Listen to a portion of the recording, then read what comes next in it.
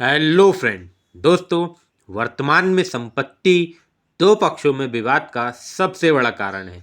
ये तो आप जानते ही हैं कि संपत्ति का स्वामी विवाद को दूर रखने के लिए अपनी संपत्ति की वसीयत करता है, जिसमें वह अपने कानूनी वारिसों के बीच संपत्ति को विभक्त कर देता है अपनी मनमर्जी से एवं मनचाहे अनुपात में। वह चाहे तो किसी व्यक्ति को अपनी संपत्ति से बेदखल भी कर सकता है। सबसे पहले जान लेते हैं कि किसी व्यक्ति को किसी संपत्ति से बेदखल करने का अर्थ क्या होता है। दरअसल बेदखल करने से आशय किसी व्यक्ति को संपत्ति अथवा संपत्ति में हिस्से से अब कानूनी रूप से बाहर करना होता है। इसके कई तरीके होते हैं जिनका प्रॉपर्टी के मालिक किसी को प्रॉपर्टी से बाहर करने के लिए करते हैं। इसे अधिकारच्युत करना भी पुकारा जाता है। कई बार इस प्रकार की स्थिति पैदा हो जाती है कि व्यक्ति को अपने वारिस की उसकी संपत्ति से बेदखली के सिवा कोई रास्ता नजर नहीं आता। जैसे कोई अपने पुत्र को उसकी आपराधिक गतिविधियों में संलग्न के चलते उसे संपत्ति से बेदखल कर देता है या अपनी संपत्ति नहीं सौंपना चाहता, अथवा जब वह देखता है कि उसका कानूनी वारिस उसके नियंत्रण अथवा उसके कहने में नहीं है, तो ऐसी स्थिति में वह अपनी मेहनत से कमाई संपत्ति को सुरक्षित रखने के लिए अपने पुत्र पुत्री या कानूनी वारिस की बेदखली करवाता है। आमतौर पर मुख्य रूप से कुछ स्थितियों में लोग बेदखल करवाते हैं, जैसे यदि बेटा बेटी या कानूनी उत्तराधिकारी से किसी नुकसान की आशंका हो, यदि किसी व्यक्ति का संबंधित वारिस किसी तरह का कोई गैरकानूनी काम करता हो एवं उसे भी मुसीबत में डाल सकता हो। तीसरा पॉइंट, यदि बेटा गलत संगत में पड़ गया हो या अपराध की राह पर चल निकला हो। चौथा पॉइंट, दहेज के केस से बचने के लिए बेदखल करवा सकता है। और जब किसी व्यक्ति को अपने उत्तराधिकारी पर भरोसा ना हो कि वह उसकी संपत्ति सही तरीके से हैंडल करेगा, तो ये कुछ परिस्थितियां हैं जिनके आधार पर बेदखली की जा सकती है। केवल अर्जित संपत्ति से ही कानूनी वारिस की बेदखली संभव है। ये आपको बहुत महत्वपूर्ण बात है जो याद रखनी है।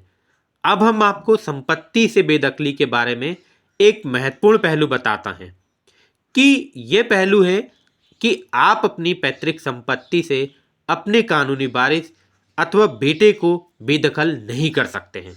लेकिन हाँ, यदि आपने संपत्ति स्वयं अर्जित की है तो आप बेटे को इस संपत्ति से अवश्य बेदखल कर सकते हैं। यानी किसी व्यक्ति की स्व अर्जित संपत्ति से ही किसी वारिस को बेदखली संभव है। हम आपको बताएंगे कि आप अपनी संपत्ति से अपने बच्चों को कानूनी वारिसान को बेदखल कैसे कर सकते हैं। जानकारी दे देते कि इसके कई रास्ते हैं जो निम्नलिखित या निम्न प्रकार हैं। देखो, समाचार पत्र में नोटिस प्रकाशन करवाना पड़ेगा, है ना।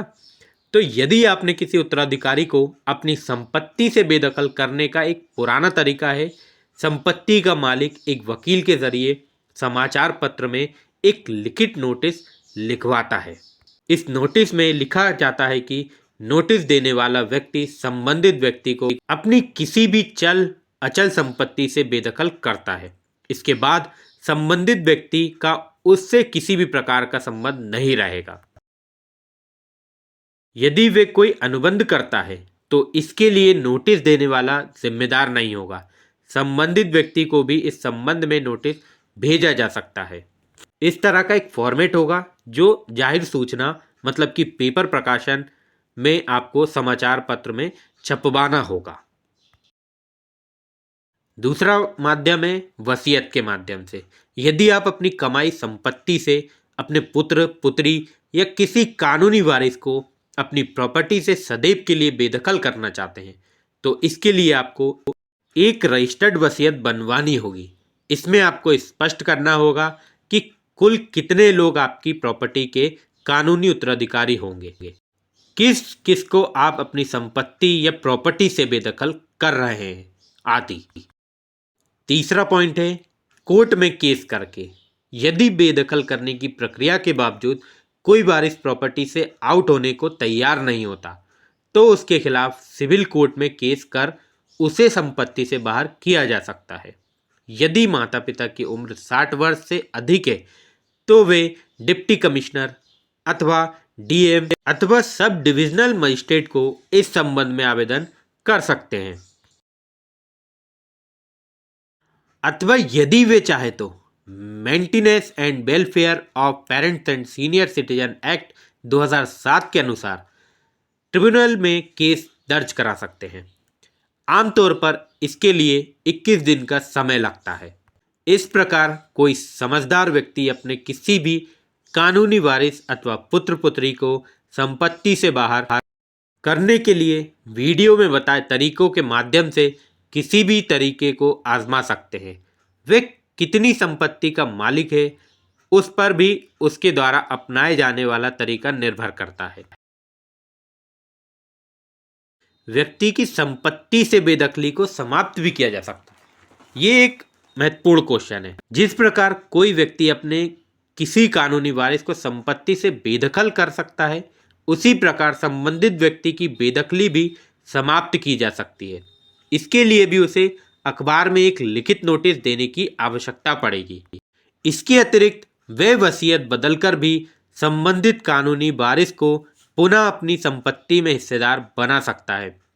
कई माँ बाप इस तरह से अपने वारिस की बेदखली समाप्त करके उसे अपनी संपत्ति में हिस्सा देते हैं। कानून में बेटे को दी गई संपत्ति भी वापस लेने का प्रावधान है। यदि बच्चे अपने बुजुर्ग माता पिता की देखभाल करने में नाकामयाब रहते हैं तो इस स्थिति में माँ बाप के पास अधिकार है कि वे संपत्ति का हस्तांतरण करा दोबारा संपत्ति के हकदार बन जाए। यदि बच्चे किसी बुजुर्ग को देखभाल का भरोसा देकर संपत्ति हथियाने का प्रयास करते हैं तो ऐसी स्थिति में भी संबंधित बुजुर्ग उस संपत्ति को दोबारा अपने नाम पर ट्रांसफर करा सकते हैं। Maintenance and welfare of parents and senior citizen act 2007 में इसका प्रावधान किया गया है। आपको ये जानकारी भी दे दें कि ये एक्ट असम, आंध्र प्रदेश, दिल्ली, गोवा, झारखंड, कर्नाटक, नागालैंड, राजस्थान, मध्य प्रदेश एवं त्रिपुरा में शेड्यूल है। ये मूल रूप से सीनियर सिटीजन यानी वरिष्ठ नागरिकों को उनके जीवन यापन एवं संपत्ति से जुड़ी जानकारी या किसी भी मुश्किल से बचने के लिए लाया गया था। इसकी वजह से उस धोखाधड़ी से भी काफ़ी हद तक मुक्ति मिलती है जिसमें पूर्व में बुजुर्ग देखभाल के नाम पर फंस जाया करते थे। तो दोस्तों, इस तरह से कानून है। तो मिलते हैं नेक्स्ट वीडियो में किसी नए टॉपिक के साथ। तब तक के लिए जय हिंद, जय भारत।